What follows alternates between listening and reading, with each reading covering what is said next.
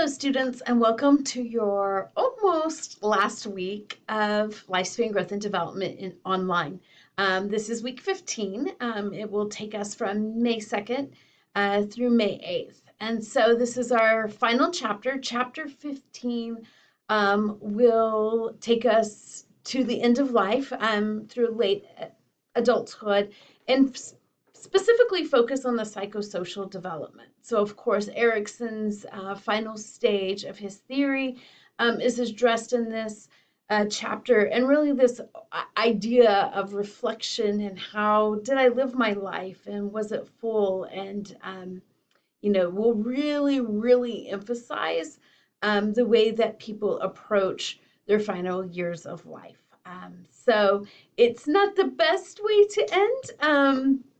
Thinking about death, but that is, of course, where chapter 15 will take us and that imminent thinking about final stage. So I want to say enjoy, but I guess you're not, you know. So this week, your PowerPoint is right here. You have your quiz over chapter 15. But the big thing this week is your honors research proposal. So this will be due by Sunday. So let's talk about that since this is your big assignment. Of course, throughout the semester, you have worked on parts of this capstone project. You have done everything from some discussion questions to journaling, to your Piaget experiment, remember the conservation of liquids, to the tracking of your social media, to an interview of someone in late adulthood. So hopefully all of those experiences have made you think further in depth about each stage of the lifespan. And so this assignment, while it may feel very general, it's because I really want you to have the opportunity to dive in and focus on where your interests lie in lifespan growth and development. So pull out those, dust off that APA knowledge. I want to remind you using the website from Purdue University, Purdue, OWL, Online Writing Lab. Just Google that from Purdue University, and that honestly, that's what I use for my APA formatting. So it's a great resource. So that will definitely help you with this assignment. So have that open in another window. So what you're going to do is you're going to think about all the learning you've done this semester through lifespan growth and development. And then I want you to think about a topic that really resonates with you. It can be from any stage of the lifespan, and it can be on any topic that you choose. So maybe you were really interested in something in prenatal development or in adolescence or in emerging adulthood. Again, every stage of life is fair game here. I would have you first think about what stage you're most interested in, and then really think about a topic from that stage. And then you're doing not a complete APA paper because you will not really carry out the research, but I want you to think like a developmental psychologist. So you will write an APA paper that will take you through the methods section. So you won't have results or discussion because you're not really carrying out the research. You are just thinking about how you would research a topic in lifespan growth and development. So let's look a little further here. So the title needs to be there, right? APA starts with the title page. Let me remind you that APA, you'll have your running head up top, and you start numbering from page 1, so don't miss that. You'll have an introduction. You don't necessarily need an abstract for this, so you can go straight into your introduction. Your introduction should tell me a little bit about why you're researching the stage of lifespan and the topic in that stage of lifespan. So give me a little literature review. This is where you should have some in-text citations that are setting up your own research. And then you'll get to the method section. And in the method section, this is where you uniquely, originality, will think about how to research the topic that you talked about in your introduction. So let's say, for instance, and this is just an example, I'm very interested in prenatal development. When we talked about teratogens, that really made me think about all the things that could potentially harm the fetus. And I want to specifically look at, let's say, a new topic, COVID.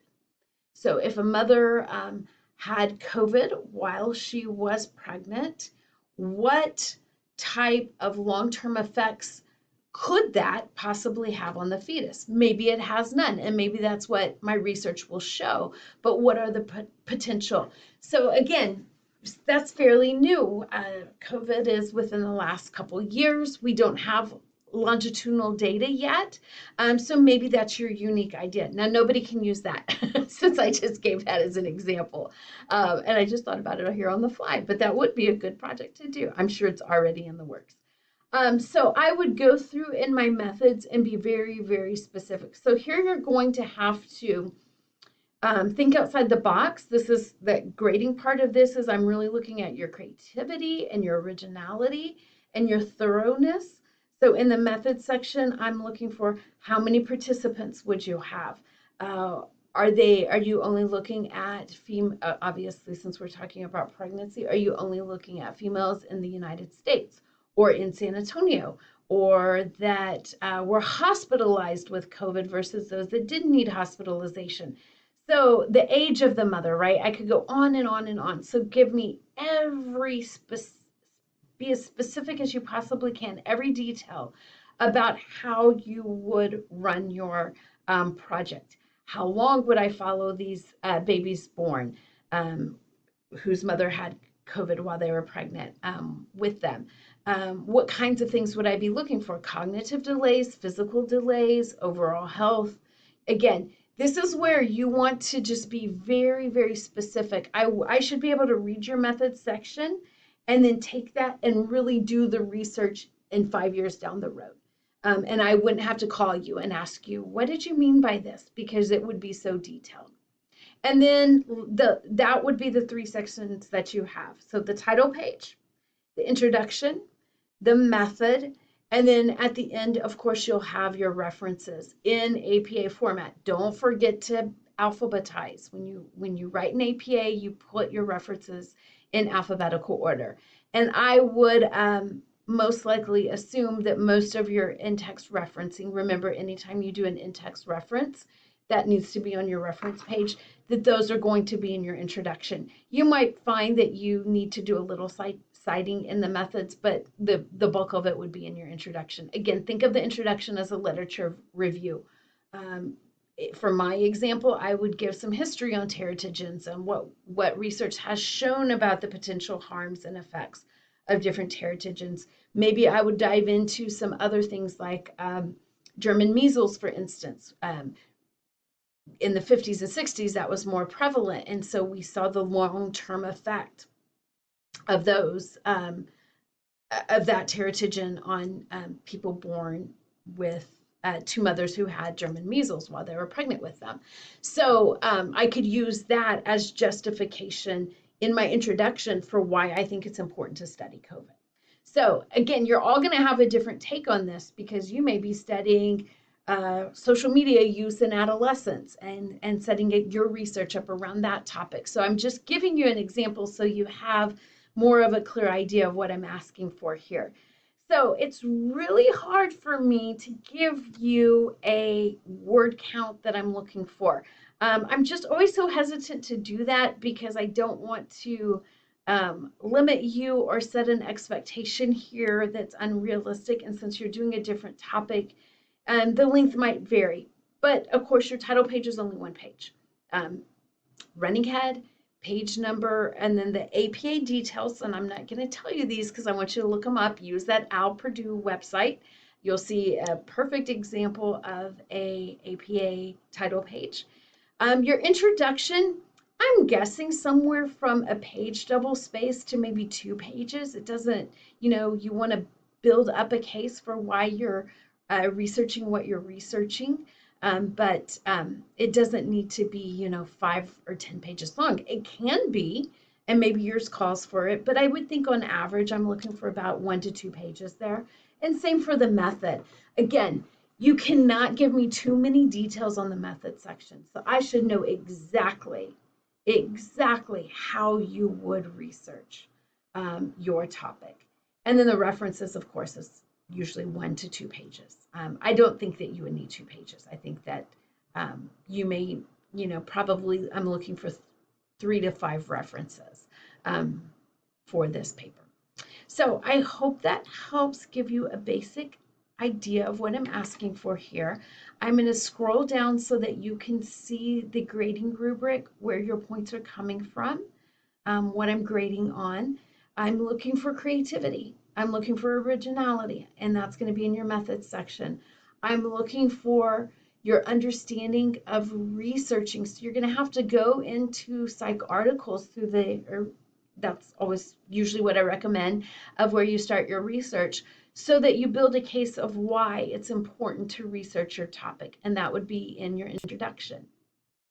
And I'm looking for APA formatting. So again, hope this helps. I hope you find this assignment thought-provoking, one that really makes you think about everything that you've learned this semester. I want to scroll down a little bit further here and show you that I've given you some other examples of topics that you might study in this paper. So there's lots of things that you can look at. This paper is due May 8th. We're at the end of the semester, so it needs to be in on time.